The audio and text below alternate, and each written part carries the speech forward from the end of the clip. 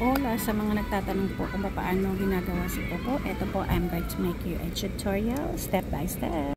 So once nasa dashboard na po ikaw, dito po sa lower left po ng ating, lower right pala ng ating dashboard, meron nakalagay live. All you have to do is click that live.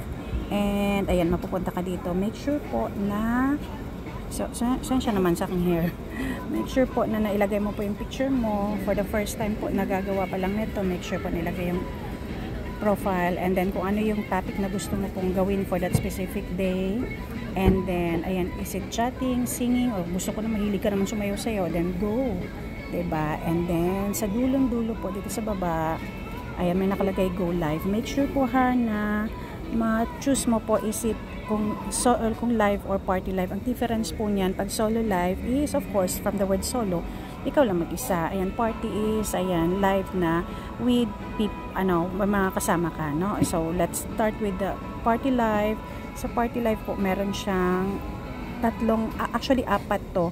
Meron siyang 4-seaters, meron siyang 6-seaters, meron din tayong 9-seaters, pero kung ikaw ay VIP, meron din pong 16-seaters, diba? Mas bongga yun, pero may additional charge yun. Ito, mga free po kasi ito. So, let's go to free muna. And then, hold the party. And then, charan, ganyan ang mangyayari. So, eto na po yung ating party live na tinatawag.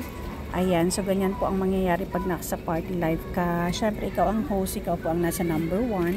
And pwede ka na pong mag-invite or pwede mong paupuin ang ating from number 2 to number 9. Kung napapansin nyo po yung mga numbers 2, 3, and 4, siya po yung bukod tanging naka-orange, right? Or yellow na numbers. The rest from 5 to 9 ay wala po siyang mga, ayan, highlight kumbaga. So, ang number 2 to number 4 po, yan po yung tinatawag natin na mga crown seat. So, each time po na nakaupo kayo dyan, ayan, your time po is counted. Pero kung andito ka sa number 5 to number 9, ayan, wala po yan na count sa mga time po. Even if 24 hours ka dyan, wala. Kaya ang tawag nila dyan is standby. Patambay, yan. So, dyan ka tatabi. Oo po. Pero kung magta-tasking ka, ayan, dito sa number 2 hanggang number 4, dyan po siya counted.